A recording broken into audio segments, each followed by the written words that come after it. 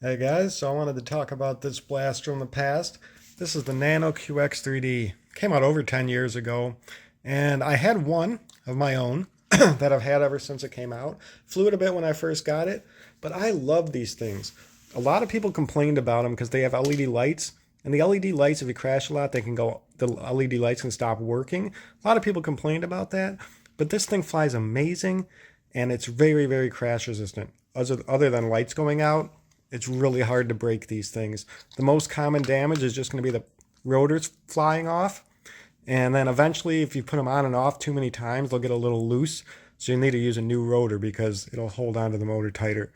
That's like the only damage I've ever done. And I have crashed these things hard. So one of these is my original, not this one. This one I got on eBay for 35 bucks. And one of these two I got on eBay for 35 bucks. Shipped, delivered, everything. I was really lucky. One of them is brand new perfect. It has all the LEDs working and it's absolutely perfect. And I'm saving that one for later. One of these is my original. I'm guessing this one, but I'm not sure. Probably, it's hard to tell. One of these is my original from that I had when they first came out. And yeah, this one has a lot of damage, like the rotor there a little bit damaged. So this one's got to be my original. This one also only has like one light left working, but I've never had to replace anything. Have some brand new blades down here, and then some more blades, and that's my only extra parts I ever had.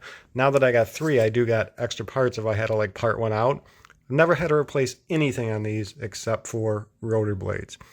I use 300 milliamp Lecton Pro 35C. Slightly bigger, I think, and more powerful than they came with, but it has plenty of power. Stock battery. I think it used the same battery as the mCPX, like a 230C. I have some 80C 300 milliamps, same shape, but haven't even bothered putting them in here because these fly great on this. I use those for my brushless CPX. But yeah, these things are so nice for just having indoor stick time. I fly my CPXs around indoors a lot, but if you do crash a CPX, you're often likely to bend something, a feathering shaft, or just, you might have some damage here and there.